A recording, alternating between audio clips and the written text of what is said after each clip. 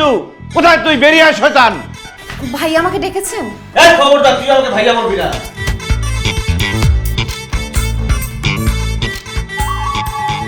এই তো সুযোগ। আমার মার বোন রান্না করতেছে, তাদেরকে সরায়ে মিতুকে দিয়ে রান্না করাইতে হবে। ওকে এবারে কাজের বুয়া বানাই দিতে হবে। এত কাজ করাইতে হবে যাতে কাজ করতে করতে সে রাগে দুঃখে কষ্টে বাড়ি ছেড়ে পালাই চলে যায়। হায় হায় মা, তোমরা সব কি করতেছো? বাড়িতে কাজের মেয়ে থাকলে তোমরা কেন রান্না করতেছো?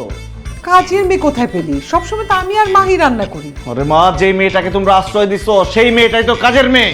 ভাইয়া, মাহি আপু আমাদের গেস্ট হয়, সে আমাদের বাসায় কাজের মেয়ে না। অবশ্যই সে কাজের মেয়ে। আমরা তাকে চিনি না, জানি না, কোত্থেকে উইরা এসে জুইরা বসছে আমাদের বাসায়। আমার বাপের টাকা সে বসে বসে খাবে, সেটা আমি হইতে দিব না। এই বাসায় থাকতে হলে তাকে কাজ করে খাইতে হবে। মিতু, এই মিতু, কোথায় তুই? বেরিয়ে আয় শয়তান। ভাই আমাকে ডেকেছেন? এই খবরদার, তুই আমাকে ভাইয়া বলবি না। তুই এই বাসায় থাকতে আমার মার বোন কেন রান্না করতেছিস? এখন থেকে আমার মার বোন যাতে রান্না করে না ঢুকে, সব রান্না তুই করবি। আর যদি দেখি যে তুই রান্না করিস নাই, তাহলে একদম লাথি মেরে বাসা থেকে বের করে দিব। আমার মার বোন শুধু আরাম করবে। কি ব্যাপার, তোমরা হাসতেছো কেন?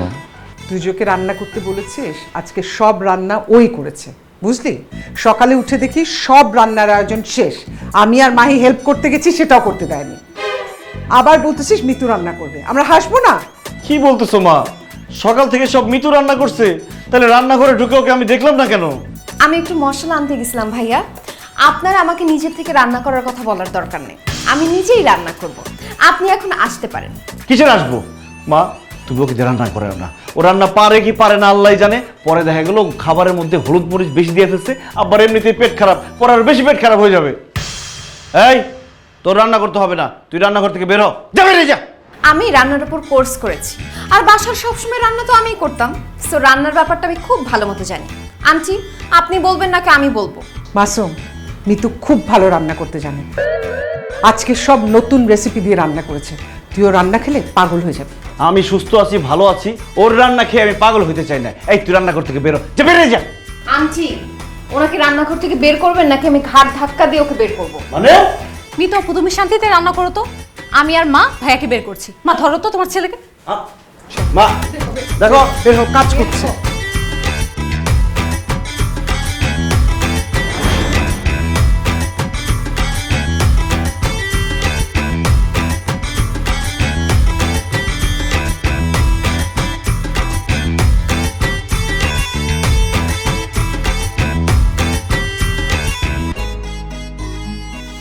ও মাই গড, খাবারের যে সুন্দর ঘ্রাণ! খাবার তো অনেক মজার হয়েছে মনে হইতেছে। এই খাবার যদি আব্বা আমার ভালো লেগে যায়, তাহলে তো মিতু এই বাসায় পার্মানেন্ট হয়ে যাবে। আর পার্মানেন্ট হয়ে গেলে আমার সাথে সংসার করবে। না না না, আমি সংসার করতে চাই না, সংসার আমার ভালো লাগে না। যেইভাবেই হোক এই খাবার নষ্ট করতে হবে, যাতে আব্বা আম্মা ঘাড় ধাক্কা দিয়ে মিতুকে বাসা থেকে বাইর করে দেয়। তারা মরিচ দেখ কীভাবে দিতেছি।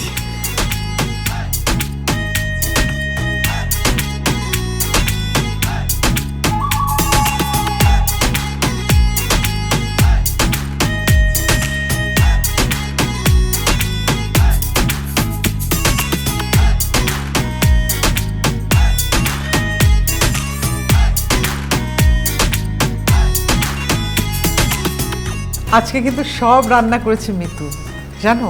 আমি আর মাহি কোনো হেল্পই করিনি। মেয়েটা যে কি ভালো রাঁধতে জানে, দেখো। দেখি মনে হচ্ছে না অনেক মজা হবে? হ্যাঁ, আমার তো ঘ্রাণ শুকেই মনে হচ্ছে যে আজকে অনেক বেশি খাবো। আমাকে বেশি করে দাও, আমি কিন্তু বেশি খাবো আজকে।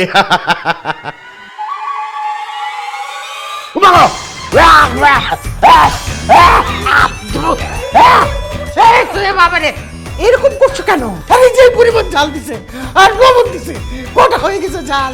আমি অসম্ভব, হতেই পারে না। আমি খেয়ে দেখি। এই খেয়ে দেখ তো।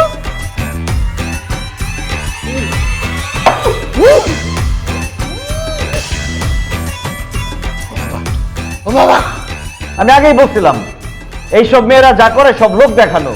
সে বলছে তোমাদের যে সে রান্না করতে পারে, যাতে তোমরা খুশি হয়ে তাকে 2 দিনের জায়গায় 4 দিন আশ্রয় দাও। আসলে সে ঘোড়ার ডিমটা পারে, রান্না বানানো দূরের কথা। এই তুমি রান্না জানো না, তুমি রান্না করতে গেছো কেন? আমার এমনিতেই পেটে ঝামেলা চলতেছে, এখন এই ঝাল খায় তো আমার 12টা বেজে যাবে। কি? আমার আব্বা অসুস্থ হয়ে গেছে এই খাবার খেয়ে? এই ডাইনি শয়তানি, তোর খাবার খেয়ে আমার আব্বু অসুস্থ হয়ে গেছে, তোকে এখন ঘাড় ধাক্কা দিয়ে বাসা থেকে বের করে দিব। তারা অবশ্যই বাসা থেকে বের করে দিবেন। আমি যদি কোনো ভুল করে থাকি, আমি অপরাধ করে থাকলে আমাকে বাসা থেকে বের করে দিবেন, আমি মাথা পেতে নিব আমার শাস্তি। কিন্তু তার আগে আঙ্কেল, আমি একটা জিনিস আপনাদের দেখাতে চাই।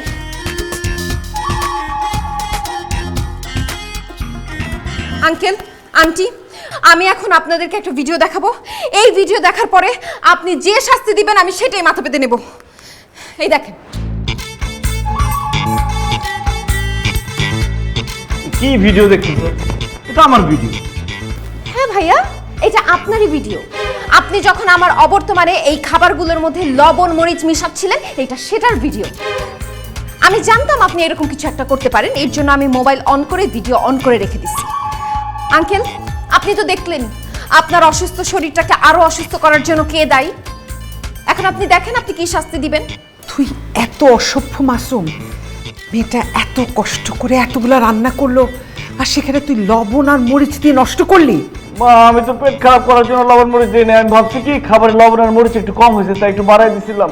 এই, একে কি শাস্তি দেওয়া যায় বলো তো? এর শাস্তি একটাই, এই যে খাবারের মধ্যে লবণ আর মরিচ মিশাইছে সেই খাবার ওর খাইতে হবে। এই দাও ওরে, বেশি করে দাও। এখানে অনেক হুম। মরিচ দিয়েছে, আমি খাইতে খা, পারবো না। খা, না, না, না, না, না, না। খা এই, তুই। কি করতেছো? খা, আমি পাগল নাকি? আমি এই খা, না, না, না। খাবারদার না খাইলে তোরে আমি ইসকা খাইছি। না, না, না, না, না, না।